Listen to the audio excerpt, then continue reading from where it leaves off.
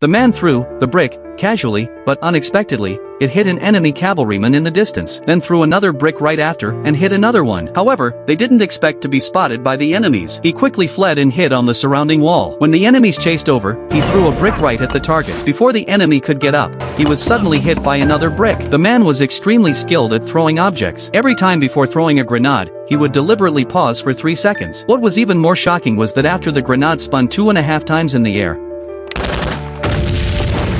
facing such a powerful master thrower on the opposite side, the enemy soldiers were so scared that cold sweat broke out. The reason why the pillbox had been impenetrable for a long time was entirely due to the cover provided by the machine gunner inside the bunker. But no one expected it to be destroyed by the man with a casual throw.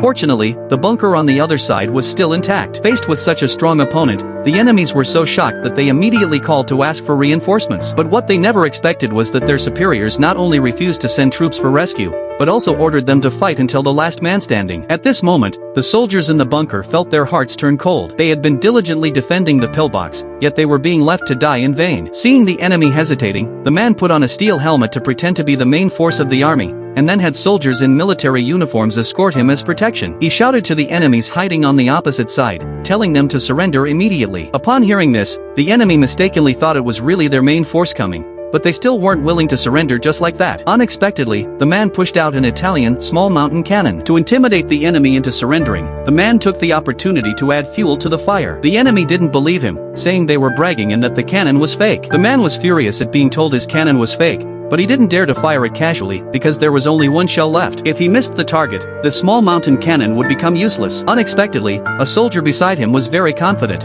so the man let the soldier load the only shell.